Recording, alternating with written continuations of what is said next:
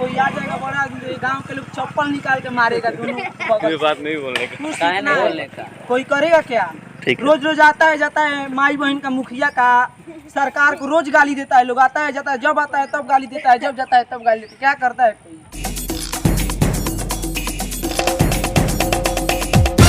नमस्कार, मैं हूं दिव्यांश रंजन द्विवेदी और आप देख रहे हैं द पॉइंट मीडिया। खबर पक्की है। इस वक्त हम दूसरी बार आज मौजूद हैं कटिया पखां बाईपास पर। जैसा कि हमने कहा था कि बरसात के दिनों में यहाँ पर लोगों का गुजरना दूभर हो जाता है और ज़िंदगी बेहाल हो जाती है। आज हम आपको दिखाएंगे कि क्या होती है हालत इस सड़क की बरसात के दिनों में। साथ ही कुछ लोग हमारे साथ यहाँ पर रहने वाले हैं, उनसे भी बात करेंगे और देखेंगे कि क्या रहती है उनकी समस्या जब सड़क हो जाती है बेहाल। तो चलिए जुबान पर लगे तालों को हटाते हैं और सीधे आपको दिखाते हैं कटिया पखां बाईपास का हाल बरसात के दिनों में। सबसे पहले जरा हमारे कैमरामैन आपको दिखा रहे हैं, नज़र डालिए सड़क पर बने इन गड्ढों में जमे हुए पानी और कीचड़ पर। पैदल और दो पहिया वाहनों की बात हटा भी दीजिए, चार पहिया वाहन या बड़े वाहनों को भी यहाँ से गुजरने में काफ़ी मुश्किलों का सामना करना पड़ता है, क्योंकि सड़क पर बने हुए गड्ढे और उनमें जमा कीचड़ की वजह से गाड़ियों के फंसने की, स्किड करने की काफ़ी ज़्यादा आशंका रहती है। ऐसे में हमारे साथ कुछ युवा जुड़े हुए हैं यहाँ पर, जो कि सड़क की बेहाली से काफ़ी परेशान हैं और जो यहीं के रहने वाले हैं। तो हम सीधे इनसे बात करते हैं और जानते हैं इनको क्या समस्याएं होती हैं और क्या क्या समस्याएं ये आम जनमानस में देखते हैं इस सड़क पर। सबसे पहले आप अपना नाम बताइए। मेरा नाम उपेंद्र कुमार यादव हुआ। यहाँ पर आप कितने दिनों से हैं? हमारा तो इधर जन्म से ही हम इधर हैं। कितने दिनों से सड़क की ऐसी हालत देख रहे हैं? सड़क की हालत यही हमारे मतलब पैदा होने से पहले भी ऐसा, मतलब जन्म से ही देख रहे हैं इसको ऐसा? तो जन्म से देख रहे हैं। क्या क्या मुश्किलों का सामना करना पड़ता है आप? इसमें मुश्किलों का सामना यही है, मान लीजिए आदमी कभी बाई चांस किसी का सीरियस हो गया तभी आप जी, तो आदमी को ले जाने गाड़ी वाला कोई आता नहीं है, एम्बुलेंस कोई आता नहीं है, और कोई केवल इधर क्या है बाईपास है, बाईपास में केवल ट्रक चलते हैं, चिमनी है, सब देखते हैं आप। बड़ी गाड़ियाँ चलती है, छोटी गाड़ियाँ का तो इधर आना है। आपके हिसाब से इस रोड की बेहाली का कारण क्या है? हमारे हिसाब से इस रोड की बेहाली के कारण है हमारे जितने भी नेतागढ़ हैं, वो लोग तो एक बार आते हैं, बस जब चुनाव होता है उसी टाइम आते हैं, एक बार अपना दर्शन दे दिए, उसके बाद उनको अगरबत्ती कपूर लेकर घूमना पड़ता है कि अब हमारे नेता जी आए इधर से और ये देखें हम लोग का हाल क्या है, हम लोग कैसे इधर आ रहे हैं, हम लोग का जीना दुश्वार हो गया है। चलिए हम आपसे जानना चाहेंगे कि आपके क्षेत्र के जो विधायक हैं, सामने आइए आप, वो भी वर्तमान में मंत्री भी हैं बिहार सरकार में। ऐसे में उनके क्षेत्र में ऐसा सड़क का बेहाली, इससे जनता के मन में उनके प्रति क्या भाव आता है? पास हो गया है रोड आज 8-9 महीना से, अभी भी हम लोग एकदम नीचे पहुँचते हैं, अभी भी रोड पर कोई सुनाई नहीं आता है। हमारे साथ एक बाइक सवार जो कि अभी बाईपास को पार करके आ रहे हैं, हम उनसे पूछते हैं भाई साहब, आपने बरसात के दिन में बाईपास को पार करके आया है, क्या महसूस हुआ आपको इस बाईपास से? बहुत दिक्कत हो रही है गाड़ी चलाने में, जीत जा रहे हैं गाड़ी चलाने। आमतौर पर लोग बाईपास का प्रयोग करते हैं अपना समय बचाने के लिए या कि जाम की समस्या से बचने के लिए। ऐसे में इस बाईपास का कितना योगदान रहता है आपका समय बचाने में या जाम की समस्या से बचने में? उसका बहुत ज़्यादा क्या होता है, ज़्यादा इसका यूज होता है। इसको यूज होने के लिए इसको जल्दी बनना ज़रूरी है जी, इसका बनना बहुत ज़रूरी है ताकि अंदर मार्केट में जाम ना लगे, इसके वजह से इसको बनना बहुत ज़रूरी है। मार्केट में जाम न लगे, जो इन्होंने बात कही है, हम अपने दर्शकों को बता दें कि अक्सर बाईपास का यूज़ किया जाता है ताकि भीड़ भाड़ वाले इलाकों में जाने से बचा जा सके। लेकिन बरसात के दिनों में इस सड़क की हालत ऐसी होती है कि यहाँ से पैदल या दो पहिया या चार पहिया वाहन से भी लोग गुजरने से कतराते हैं। जैसा कि हमने बताया कि गड्ढों में जमा कीचड़ गाड़ी के फंसने की या स्किड करने की संभावना काफ़ी ज़्यादा रहती है। इस वजह से अनावश्यक तौर पर भी लोग मार्केट से होकर के गुजरते हैं, जिससे मार्केट में जाम लगा रहता है और बीमारों, बच्चों, महिलाओं को खास तौर पर ज़्यादा परेशानी होती है। हम अपने दर्शकों को बता दें कि यहाँ पर कई पुलियाँ हुआ करती थीं, जिनसे आदमी के गुजरने के साथ साथ उनके अंदर से कभी छोटे छोटे जानवर भी गुजर जाते थे और कभी कभार आदमी का पैर भी उसमें फंस जाता था, जिस पर पिछली बार हमने कहा भी था कि गुजरने का शौक रखते हैं तो ज़रा गौर से गुजरिए, बेहिचक गुजरने वाले यहाँ से गुजर जाते हैं। तो उन पुलियाओं को यहाँ के युवाओं ने, जागरूक युवाओं ने, कर्मठ युवाओं ने खुद मिट्टी डालकर भरने का प्रयास किया है और लोगों को अनावश्यक गुजरने से रोक दिया है। सबसे पहले आप अपना नाम बताइए। मेरा नाम विजय कुमार शर्मा हुआ। चलिए, हम आपसे जानना चाहेंगे कितने दिनों से आप सड़क की ये स्थिति देख रहे हैं? बहुत काफी दिनों से 25 साल से देख रहे हैं। 20-25 साल से आप देख रहे हैं। हाँ। इसमें कभी सुधार का कोई कार्य नहीं हुआ? कभी भी नहीं।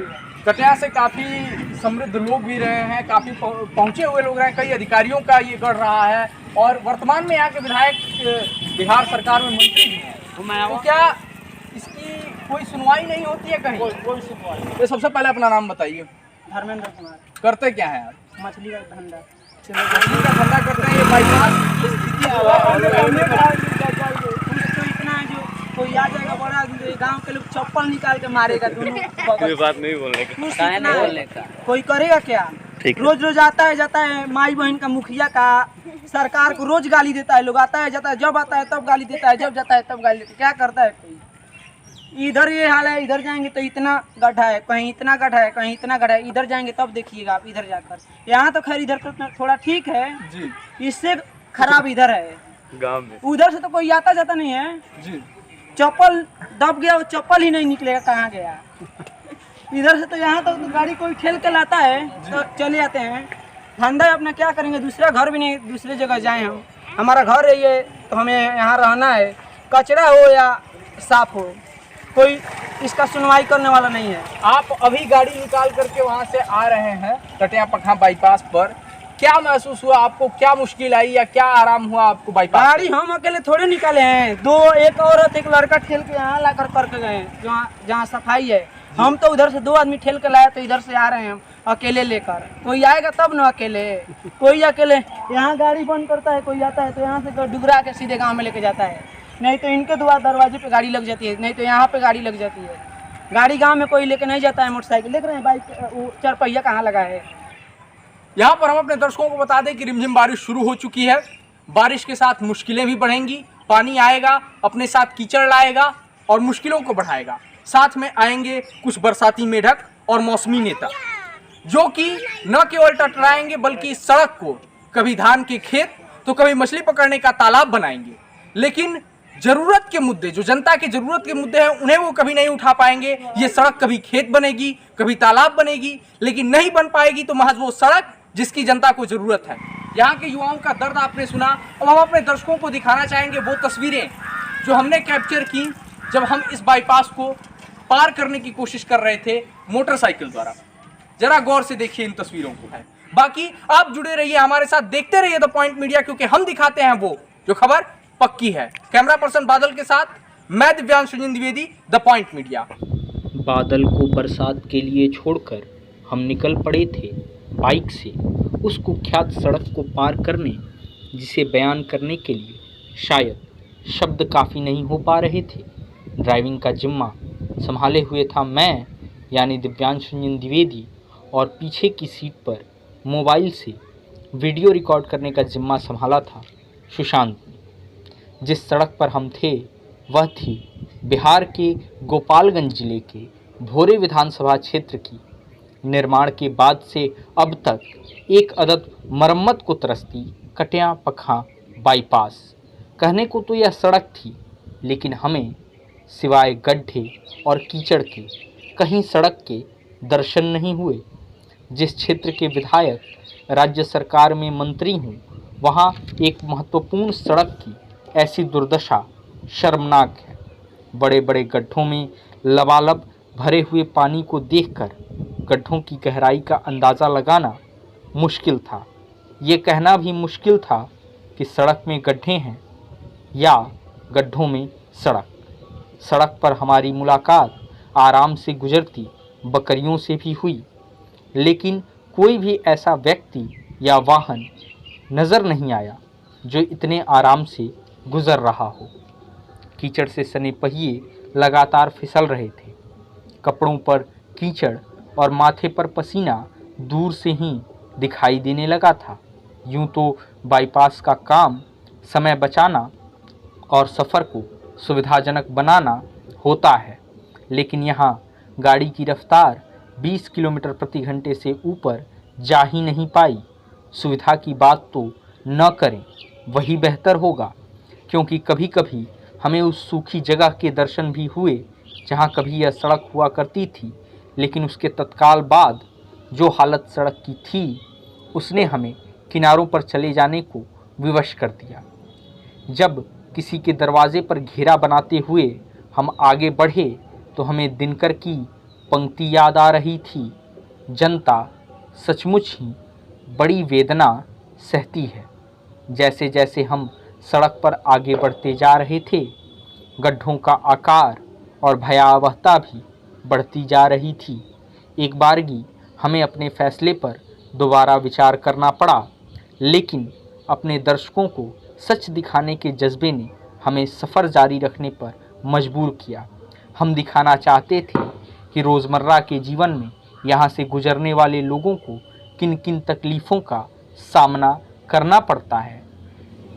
जब हम एक कीचड़ के बने हुए गड्ढे को पार करने की कोशिश कर रहे थे, हमारी बाइक का पिछला पहिया कीचड़ में जा फंसा।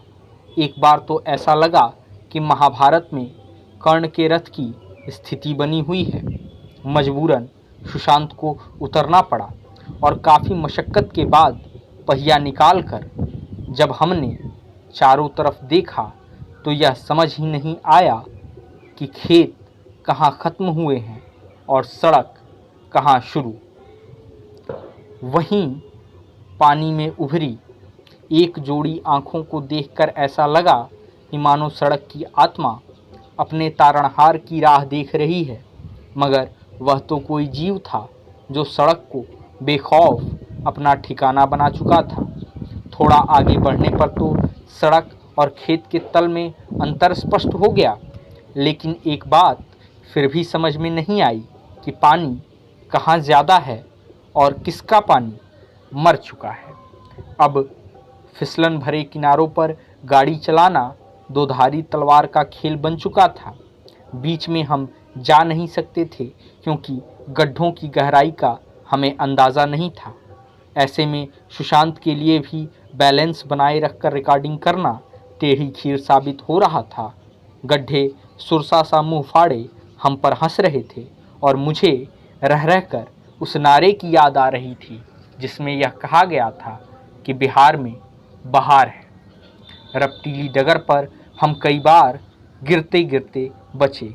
लगभग 1.5 किलोमीटर का ये सफ़र अपने भीतर तमाम चुनौतियों को समेटे हुए था।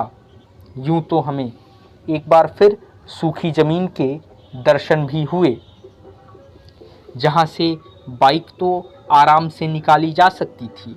हमने निकाली भी, लेकिन 4 पहिया और बड़े वाहनों का गड्ढों से पीछा यहाँ भी नहीं छूट सकता था।